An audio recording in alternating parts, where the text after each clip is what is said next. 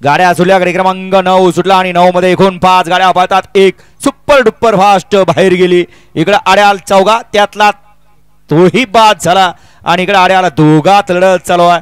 हे बैलगाडीचं शर्यत क्षेत्र आणि या शर्यत क्षेत्रामध्ये कवा काय होईल, कसं होईल, कुठं होईल, कधी होईल काही सांगता येत नाही. अतिशय सुंदर आणि निर्वाद वर्चस्व भेला तो संपला हे आता या ठिकाणी या गटात पाहिल्यानंतर सिद्ध होतं.